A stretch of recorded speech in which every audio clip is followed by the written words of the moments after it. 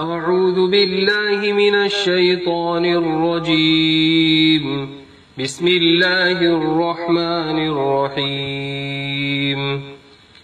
سبح اسم ربك الأعلى الذي خلق فسوى والذي قدر فهدى والذي أخرج المرعى فجعله غثاء أحوى سنقرئك فلا تنسى إلا ما شاء الله إنه يعلم الجهر وما يخفى ونيسرك لليسرى فذكر إن نفعت الذكرى سيذكر من يخشى ويتجنبها الأشقى الذي يصلى النار الكبرى ثم لا يموت فيها ولا يحيا قد أفلح من تزكى وذكر اسم ربه فصلى بل تؤثرون الحياة الدنيا والآخرة خير وأبقى إن هذا لفي الصحف الأولى صحف إبراهيم وموسى صدق الله العظيم.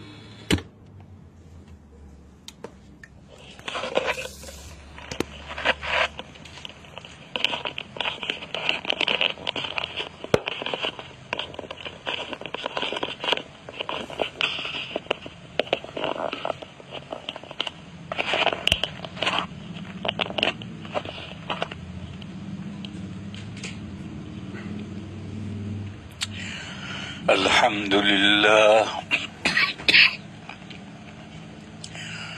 نحمده ونستعينه ونستغفره ونؤمن به ونتوكل عليه ونعوذ بالله من شرور أنفسنا ومن سيئات أعمالنا من يهده الله فلا مضل له ومن يضلله فلا هادي له وأشهد أن لا إله إلا الله وحده لا شريك له وأشهد أن سيدنا ومولانا وشفيعنا ومحمدا عبده ورسوله صلى الله عليه وعلى آله وصحبه وبارك وسلم تسليما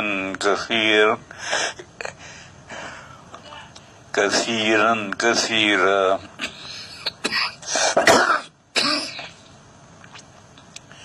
وبعد فأعوذ بالله من الشيطان الرجيم بسم الله الرحمن الرحيم الف لام میم ذلك الكتاب لا ريب فيه هدى للمتقين الذين يؤمنون بالغيب ويقيمون الصلاة ومما رزقناهم ينفقون والذين يؤمنون بما أنزل إليك وما أنزل من قبلك وبالآخرة هم يوقنون أولئك على هدى من ربهم وعلى آلهم أولئك على هدى من ربهم وأولئك هم المفلحون. بزرگوں اور بھائیوں سامعین کرام، کل میرے دوستوں نے خبر دی تھی کہ کچھ مشغولیت تھی، کس کام میں دیوبند جانے کی تیاری میں مشغولیت تھی، اس وجہ سے بیان نہیں ہوا. یہ بات صحیح نہیں تھی. اصل بات یہ تھی کہ کل میری طبیعت ایسی خراب ہو گئی تھی اور بخار ہوا تھا، اور اتنا سخت بخار ہوا تھا کہ میری 4 نمازیں قضا ہو گئی۔ عصر سے پہلے ظہر تو میں نے پڑھی، پھر اس کے بعد لیٹا تو عصر کا عصر، مغرب، عشاء اور فجر 4 نمازیں قضا ہو گئی۔ 8 بجے سے میں اٹھا، 8 بجے آنکھ کھلی۔ اس لیے بیماری کی وجہ سے، یہ بیماری یہ ذہن میں رہنی چاہیے کہ کورونا نہیں ہے۔ میں نے آج خون ٹیسٹ کرایا تو رپورٹ یہ آئی کہ یہ نارمل بخار ہے، عام بخار ہے، موسمی بخار ہے، یہ کورونا نہیں ہے۔ بہرحال آج بھی بیان کرنے کا پروگرام نہیں تھا۔ میرے ایک دوست ہیں ایران میں، مولی حکمت اللہ سلمہ، ان کا فون آیا تھا۔ انہوں نے کہا کہ بیان آج مت کرو۔ میں نے کہا کروں گا آج بیان۔ ایک بڑے آدمی ہیں کراچی میں، مولانا عبدالرؤف، ان کا فون آیا تھا کہ بیان کرنا ہو تو مختصر بیان کرو۔ میں نے کہا یہ بات ٹھیک ہے، مختصر بیان کروں گا، تفصیلی بیان نہیں کروں گا۔ اس لیے آج توحید کا مسئلہ اور توحید کے جو متعلقات ہیں ان کا مسئلہ تو پورا ہوا تھا۔ اللہ پر ایمان لاؤ اور اللہ کے احکام میں سے خاص طور پر عبادات میں سے نماز کا اہتمام کرو، اور مالیات میں سے جو اللہ نے روزی دی ہے اس میں سے خرچ کرو۔ اس کے بعد پھر رسالت کا مسئلہ ہے۔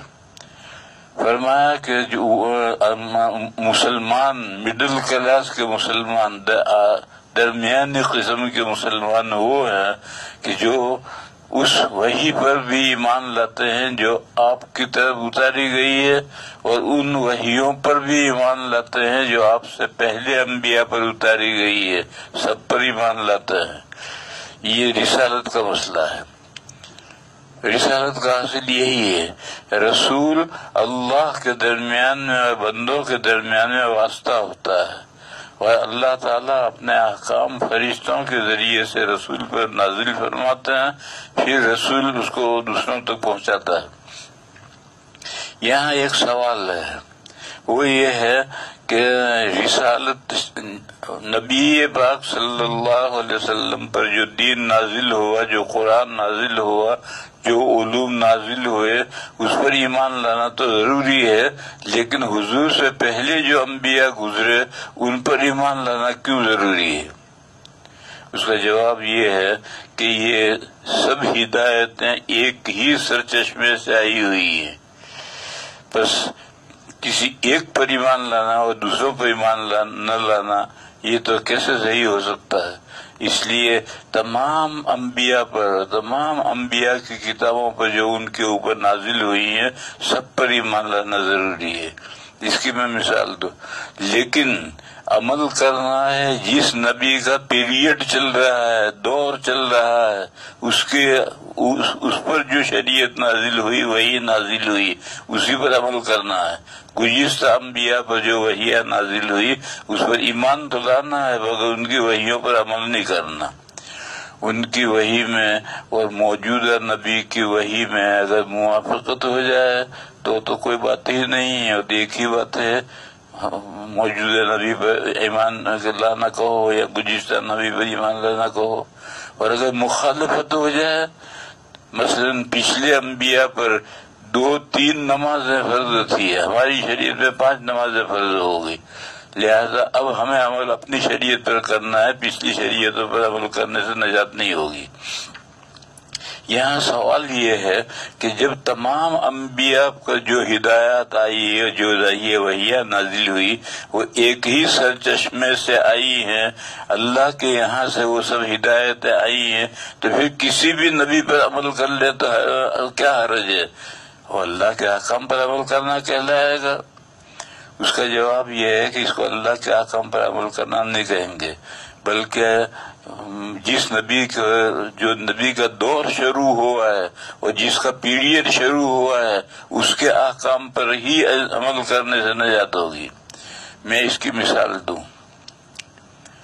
مدرسوں میں گھنٹے ہوتے ہیں اور ہر گھنٹے کا استاد ہوتا ہے. بس چوتھے گھنٹے میں جو استاد کا سبق ہے اب اسی سے پڑھنا ہے. اس سے پہلا دوسرا تیسرے گھنٹے میں جو اسباق تھے وہ اساتذہ تھے، وہ بھی اساتذہ تھے، اور ہمارے بھی اساتذہ تھے یا ادارے کے اساتذہ تھے. ان کا احترام بھی کرنا ہے کیونکہ وہ بھی ادارے کے اساتذہ ہیں. لیکن جب چوتھا گھنٹہ شروع ہوا تو اب 3 گھنٹے کے اساتذہ کا زمانہ ختم ہو گیا. اب جس استاد کا زمانہ شروع ہوا ہے اسی سے پڑھنا ضروری ہے. یہ ایک مثال ہے. دوسری مثال دوں میں. ہندوستان میں 200 مرتبہ 200 سال تک انگریزوں نے حکومت کی ہے. انگریزوں نے جب حکومت کی تھی تو انگریزوں کے دور میں بھی پارلیمنٹ تھی، اور پارلیمنٹ میں قوانین بنتے تھے نافذ ہوتے تھے، پھر وہ دوبارہ دوسرا قانون بنتا تھا، نافذ ہوتا تھا. آج بھی پارلیمنٹ میں یہ سب ہوتا رہتا ہے. بس جب یہ قانون منسوخ ہو گیا، اس کی جگہ پر دوسرا قانون آ گیا، تو اب پہلے قانون پر عمل کرنے کا کوئی مطلب نہیں ہے. اگر کوئی کہے کہ یہ بھی تو پارلیمنٹ کا قانون ہے، وضعی قانون ہے، اور کہ یہ بھی تو ہندوستان کے پارلیمنٹ کا قانون ہے، مگر اب جب وہ منسوخ ہو گیا تب اس پر عمل نہیں کرنا، مگر اسے ماننا ہے. گزٹ میں وہ سب قوانین ترتیب وار چھپے ہوئے کہ فلاں سن میں یہ قانون بنا تھا، پھر ختم ہو کر اس کے بعد فلاں سن میں یہ قانون بنا، سب ہے.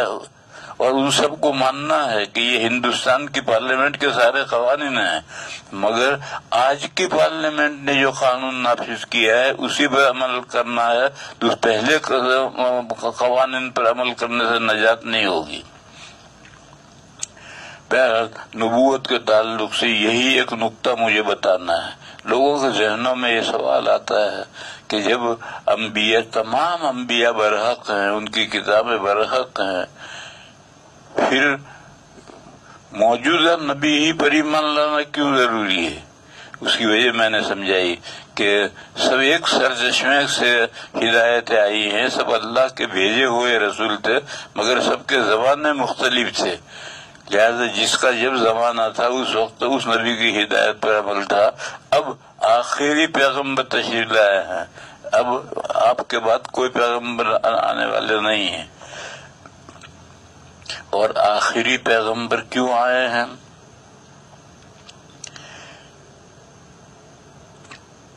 ہدایت کی روشنی قیامت تک زمین پر باقی رہنی ضروری ہے، تاکہ بندے نہ کہہ سکیں کہ ہم تو آپ کے دین سے غافل تھے، کیسے عمل کرتے، یہ نہ کہہ سکیں. اس لیے آخر تک اس لیے اللہ تعالیٰ نے اپنا کلام کبھی بھی نازل نہیں کیا، سب اللہ کی کتابیں نازل ہوتی تھی. پھر جب دور آخر آیا اور آخری پیغمبر آئے تو ان پر اللہ نے اپنی کتابیں نازل کی، اپنا کلام نازل کیا، اور اللہ کا کلام ہوا لا مبدل لکلمات اللہ، اللہ کے ان باتوں کو کوئی بدل نہیں سکتا ہے. آج تک 1400 سال ہو گئے ہیں، قرآن کریم کا زبر زیر ادھر سے ادھر کوئی نہیں کر سکا ہے. اسی حال میں قرآن کریم محفوظ چلا آ رہا ہے جس حال میں نازل ہوا تھا. یہ اللہ نے اپنا کلام کیوں نازل کیا؟ تاکہ یہ قیامت تک باقی رہے. جب قیامت کا بالکل قرب آئے گا تو قرآن کریم اٹھا لیا جائے گا، لیکن جب تک قیامت نہیں آئی وہاں تک تو قرآن کریم باقی رہے گا. کیونکہ اگر قرآن کریم نہ باقی رہے تو ہدایت کی روشنی کیسے باقی رہے گی؟ اور ہدایت کی روشنی ضروری ہے. یہ قصہ مجھے یاد آیا. ایک مرتبہ میں ملاقات کے لیے گیا. یورپ کا سب سے بڑا پادری تھا یہودیوں کا، اس سے ملاقات کرنے میں گیا. اسے اپوائنٹمنٹ لے کر کے پروگرام لے کر کے میں گیا تھا.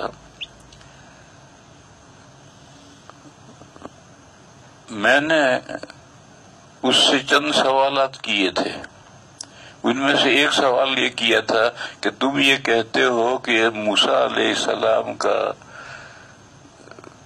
مذہب آخری مذہب ہے، چلو مان لو کہ آخری مذہب ہے، اور موسیٰ علیہ السلام کی تورات اور موسیٰ علیہ السلام کا دین قیامت تک چلے گا، اور دوسری طرف تم یہ کہتے ہو کہ جو یہودی نسل سے ہے وہی یہودی ہو سکتا ہے، غیر یہودی جو یہودی نسل سے نہیں وہ یہودی نہیں ہو سکتا۔ تو پھر یہ بتاؤ کہ یہ جو غیر یہودی ہیں، جو یہودی نسل سے نہیں ہیں، ان کو اللہ کی ہدایت اور روشنی کہاں سے ملے گی؟ تو اس کے پاس اس کا کوئی جواب نہیں تھا۔ صحیح بات یہ ہے کہ یا تو یہ کہو کہ موسیٰ علیہ السلام کی جو دعوت نبوت رسالت تھی اور تورات تھی یہ سارے انسانوں کے لیے ہے، عالمگیر ہے، یہ کہو۔ اور اگر کہتے ہو کہ نسلی ہے، یہ خاص نسل کے لیے یہ یہودیت ہے، تو پھر باقی ساری دنیا کے لیے ہدایت کہاں سے آئے گی، روشنی کہاں سے آئے گی؟ بہرحال اس کے پاس اس سوال کا کوئی جواب نہیں تھا، اس نے کوئی جواب نہیں دیے۔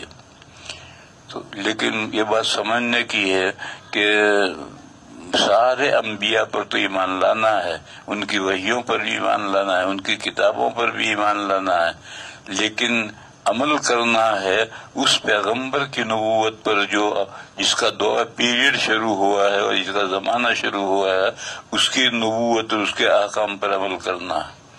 اس لیے یہ کہا کہ والذین یؤمنون بما انزل الیک وما انزل من قبلک، مڈل کلاس کے مسلمان ہوئے ہیں جو اس وحی پر ایمان رکھتے ہیں جو آپ پر نازل ہوئی ہے، اور اس وحی پر بھی نازل ہوتی ہے جو اللہ نے آپ سے پہلے نازل کی ہے مختلف انبیاء پر، ان سب پر ایمان لاتے ہیں۔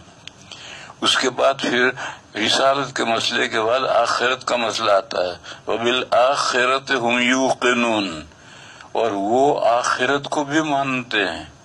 یہ آخرت کیا ہے؟ یہ لمبا مضمون ہے، اس لیے میں اس مضمون کو آج نہیں شروع کر رہا، آج ہمت نہیں ہے۔ آج نماز تراویح میں بیٹھ کر کے پڑھی، اور تراویح پڑھنے کے بعد پھر دست ہو گئے اور بری طرح سے دست ہو گئے، کپڑے بھی خراب ہو گئے، اس لیے آج میں اس مضمون کو شروع نہیں کر رہا۔ کل دوستوں نے جو کچھ کہا تھا وہ ٹھیک کہا تھا، لیکن میں نے بات کھول کر بتا دی تاکہ میں آپ حضرات کی دعا کا بھی مستحق بنوں۔ آپ حضرات دعا دیں گے تبھی تو میری گاڑی چلے گی، ایسے کیسے چلے گی؟ اب اس کے بعد میں سوال شروع کرتا ہوں۔ ایک دبئی سے فون آیا ہے کہ آپ نے ایک دن کہا تھا کہ چند گناہ ہیں، ان گناہوں سے جو بچے گا ان گناہوں سے بچنا ضروری ہے، اور وہ گناہ ہیں 7۔ وہ 7 گناہ میں نے کہا تھا کبھی میں نہیں بیان کر رہا، پھر بیان کروں گا۔ وہ میں نے اس وقت اس لیے بیان نہیں کیے تھے کہ مجھے حدیث کا متن یاد نہیں تھا، اور اب میں اس کو دبئی سے فون آیا تھا کہ لندن سے ایک فون آیا تھا کہ وہ گناہ کون سے ہیں بتائیں، تو وہ گناہ 7 یہ ہیں، حدیث شریف میں ہے، بخاری مسلم کی حدیث ہے، اجتنبوا السبع الموبقات، وہ 7 گناہ جو ہلاک کرنے والے ہیں ان سے بچو۔ صحابہ نے پوچھا کہ یا رسول اللہ وہ 7 گناہ کیا ہیں؟ تو حضور نے فرمایا کہ پہلا گناہ ہے الشرک باللہ، اللہ کے ساتھ شریک ٹھہرانا، یہ تو سب سے بڑا گناہ ہے، اس گناہ کے ساتھ تو کوئی مغفرت کا سوال ہی نہیں پیدا ہوتا۔ پھر اس کے بعد میں ہے سحر، جادو کرنا یا کروانا، دونوں اس میں آتے ہیں۔ تیسرا ہے قتل النفس التي حرم اللہ الا بالحق، کسی ایسے بندے کو قتل کرنا جس کا قتل کرنا اللہ نے حرام کیا ہے، مسلمان ہی نہیں کوئی بھی بندہ ہے جس کا قتل اللہ نے حرام کیا ہے اس کو قتل کرنا، یہ تیسرا گناہ ہے۔ چوتھا ہے اکل الربا، سود کھانا۔ پانچواں ہے یتیم کا مال کھانا۔ یتیم کا مال کون کھاتا ہے؟ جو سرپرست ہے اس کا، وہ گڑبڑ کرتا ہے اور مختلف طرح سے ہیلوں سے یتیم کا مال کھاتا ہے، تو یتیم کا مال کھانا یہ 5واں گناہ ہے۔ پھر اس کے بعد 6واں گناہ ہے تولی یوم الزحف، جس دن دشمن کے ساتھ مقابلہ ہو اور مڈ بھیڑ ہو اس دن پیٹ پھیرنا یہ گناہ ہے، 5واں گناہ ہے۔ اور آخری گناہ ہے 7واں، وہ پاک دامن عورتیں جو مومن ہیں اور گناہ سے غافل ہیں، یعنی زنا کا ان کے اندر تصور میں بھی زنا نہیں آتا، ان پر زنا کی تہمت لگانا، ایسی عورتوں پر زنا کی تہمت لگانا، یہ 7واں گناہ ہے۔ پہلا گناہ ہے شرک باللہ، دوسرا گناہ ہے سحر، تیسرا گناہ ہے کسی بھی شخص کو جس کا قتل اللہ نے جائز نہیں کیا، قتل کرنا حرام کیا ہے، اس کو قتل کرنا، مسلمان ہو یا غیر مسلمان ہو، اس کی کوئی تخصیص نہیں ہے، جس کا قتل حرام ہے اس کو قتل کرنا، سود کھانا یعنی لینا اور دینا بھی اسی درجے کا گناہ ہے، کیونکہ جب کوئی دے گا جب کوئی لے کر کھائے گا، لہذا سود لینا اور دینا ایک درجے کے گناہ ہے۔ اور یتیم کا مال کھانا یہ عام طور پر جو ولی ہے سرپرست ہے یہ کھائے گا، دوسرا تو کھائے گا تو یہ سرپرست اس کا سر پھوڑے گا، لیکن دوسرا بھی کھا سکتا ہے، لہذا یتیم کا مال کوئی بھی کھائے یہ گناہ ہے۔ اور جب دشمن کے ساتھ مقابلہ ہو اور مڈ بھیڑ ہو اس وقت میں پیٹ پھیرنا یہ گناہ ہے۔ اور تیسرا تہمت لگانا ایسی مومن عورت پر جو پاک دامن ہے، جس کے ذہن میں بھی کبھی زنا کا تصور نہیں آیا، ایسی عورت پر زنا کی تہمت لگانا، یہ میں نے پچھلے سوال کا جو دبئی سے آیا تھا اس سوال کا جواب دیا، اس کے بعد بہت سارے سوال آئے ہیں اور تفصیلی سوال ہیں، اس لیے ان سوالات کو آج نہیں بیان کرتا، ان کو بھی مؤخر کرتا ہوں کل پر۔ وآخر دعوانا الحمدللہ رب العالمین۔